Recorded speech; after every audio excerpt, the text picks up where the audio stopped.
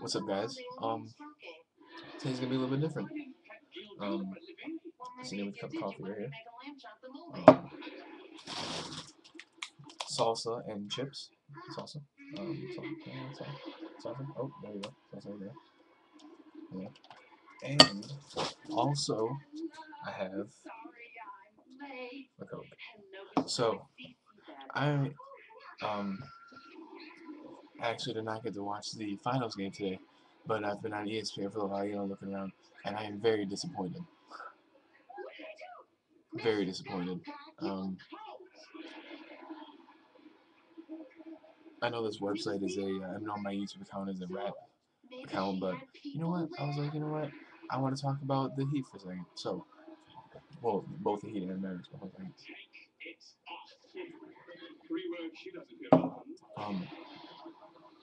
I'm disappointed. Um, I really wanted the Heat to win, but the more that I think about it now, I'm kind of happy that Dallas won. Dirk deserves it. He deserves it. Um, in '06, they versed the Heat too, and the Heat won against them. And Jason Terry and Dirk Nowitzki, are the only two people that were on that team then. Um, Personally, I really like Jason Terry. To be honest, he's really cocky. Um, and then he's like, I love God. I give all the glory to Him. And then you see him swearing on the court and like being all cocky. Like those little stupid, plain freaking stupid thing. And um, um, but I like Nowitzki. I do. I don't like LeBron. I don't think anymore. Um, you could tell something was on his mind the whole entire time in the finals. Um, he's losing it. I don't know why, but people keep saying, LeBron is he's gonna be as good as Michael Jordan one day. No, I don't believe it. He's not gonna ever get 6 championships. He's not ever gonna amount to what Jordan amounted to. I don't believe it's gonna happen. Nowitzki's probably one of the best point forwards. He's probably one of the best power forwards. Um, he has like 22,000 points in his career, his total points in his career, and that's like the fourth most in history. So that's ridiculous. And if he gets in the post, like there's no way you're gonna be able to block him unless you foul him. And I love how I'm drinking coffee and Coke. But anyway, um, there's no way to block him. I mean, he deserves it. Android 3.0 is designed for serious multitasking.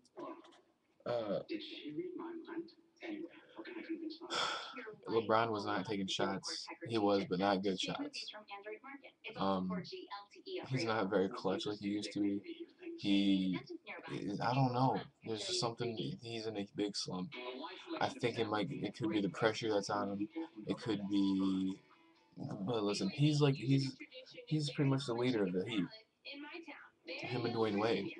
And when one of the leaders starts to slack, the rest of the team is gonna slack too, because the leader is not fulfilling his role in the team, which is leading the team.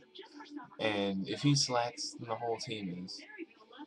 So it just takes one person, and that's probably one of the reasons that they didn't win this one. Is because LeBron is discouraging. He's like, oh, we're not gonna do good in this. So, the first game was pretty promising, and then when they lost the second game, the Mavericks definitely were on the upswing in that one. But then on the third game, the Heat, I felt like they were gonna do it. But I started to get worried. I started to get worried at Game 5. After Game 5, I was like, I don't know. Just the shots that they were taking were ridiculous. LeBron was missing every single shot that he took. He only got like 2 points in the fourth quarter or something like that. And I think he had like 17 points in the whole entire game, but still. I mean, Dirk's getting like 40 points. I think he got like 40 points the first game. Either that or it was in the playoffs. I forget where, but The team that I think would be a really good contender in the playoffs versus Dallas would have been Oklahoma. That would have been sweet. I like Oklahoma. It's probably my favorite team. I like Kevin Durant, Harden, Westbrook, and Serge Ibaka. They're all good players. They're great players. Um, Kevin Durant's a big Christian. Serge Ibaka's straight from Kenya. um, Westbrook can be cocky at times, but I think he's good. But this is the problem with them is that they didn't know, they're a young team. They're probably one of the youngest teams in the NBA, so they don't really know what to do right now in the playoffs. So I think next year they have a better chance.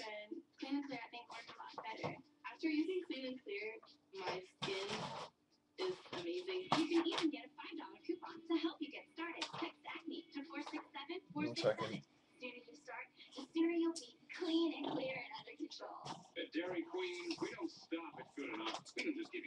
I have papers printed out about this.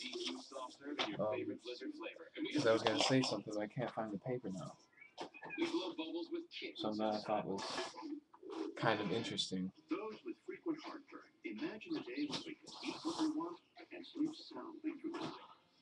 Oh, I can't find it. But like I was saying though,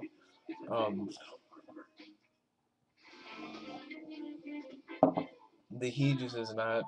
I mean, because coming into this season, the Heat were expected to win it all, right? Because they had Bosh. When they got Bosh, they were like, "Wow, we got Dwayne Wade, which they've already had, but they're like, wow, we got Dwayne Wade, we got Chris Bosh, we got LeBron James.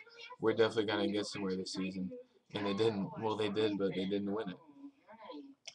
I think Bosh is way overrated.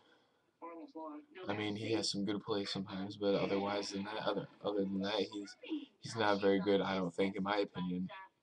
LeBron James is starting to lose it. I don't know if it was just the pressure from the finals or what it was, but Dwayne Wade had to step it up in this game. It was pretty much counted on Dwayne Wade in this one.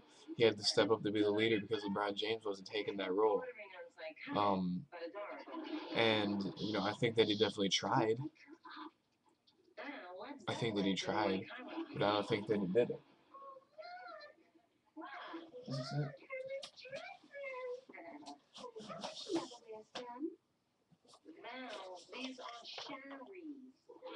Oh. Oh, here it is. Let me find the sentence that I was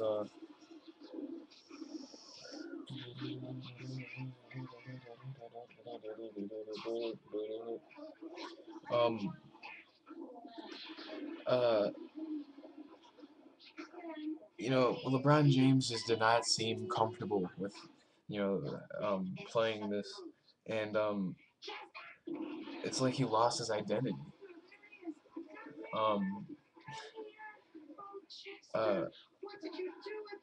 You know, this paper that printed out from ESPN.com says, is it possible that he's so talented that he never ended up concentrating on one great thing? Which I agree with. It says he never developed a go-to gimmick like Dirk's high post game, Wade's one-on-one game, Kobe's one-on-one game, Duncan's low post game. He's like one of those fancy diners that has a 6-page menu loaded with options. Only when you ask the waitress what's good, she says, "I don't know everything, but wait, I asked you what's good." I think that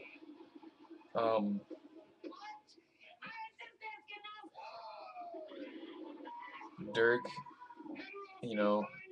has the post for sure. He's ridiculous in the post. Like, these shots that he takes are absolutely crazy. He's propelled himself into the top 20.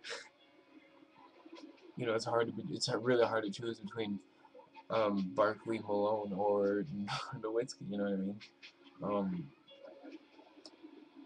I think that he left 2006 behind when they were in the finals. I think that he erased those scars, and he's probably one of the best clutch scorers of his generation. And the title just brings him even higher. Because honestly, I think before this title, he wasn't really recognized too much. Um, uh, I think that nudges him up a level. That puts him up a level for sure. Um, you know, Julius Irving, Bob Pettit, John Havlicek, and Tim Duncan are probably one of the greatest power forwards, um, and Larry Bird, but um, I definitely think that you know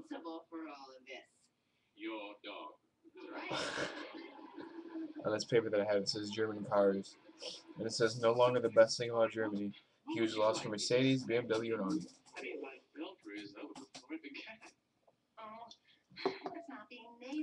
Um, what else do I have here? The NBA, I guess, is um, uh, you know, going down the drain. The economy tanked, and fans don't have the same disposable income. These are reasons why they're losing money, possibly the NBA. The secondary ticket market lessened the need to buy season tickets. You can just cherry pick 10 regular season games online and skip the other 31, which is definitely true.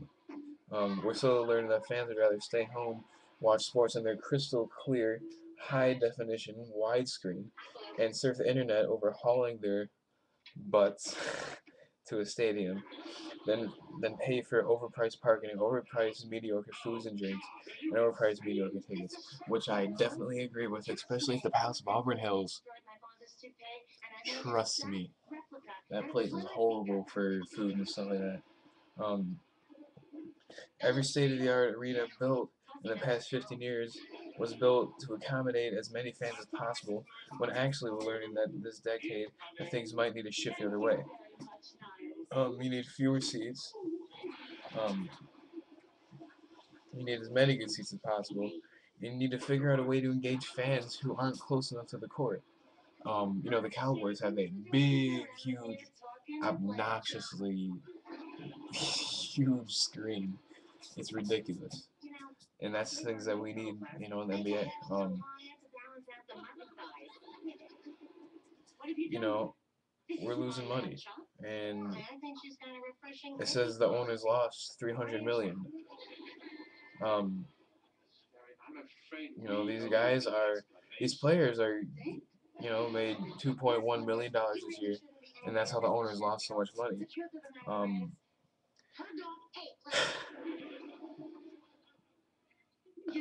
here's what has a whole bunch of players are here, and how much they're getting paid. Let's see, where's Rip? I saw Rip. Rip is getting paid 2.5 million. I think that's overpaid. They're they're getting overpaid for sure, and that's another reason. Um,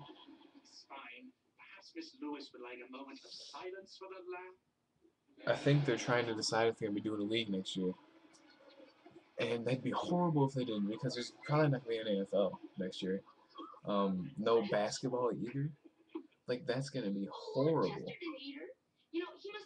If that happens, there's gonna be like so many lower like college level sports like on ESPN all the time, because basketball and football is in there. So there's gonna be like lower class schools on ESPN playing, you know.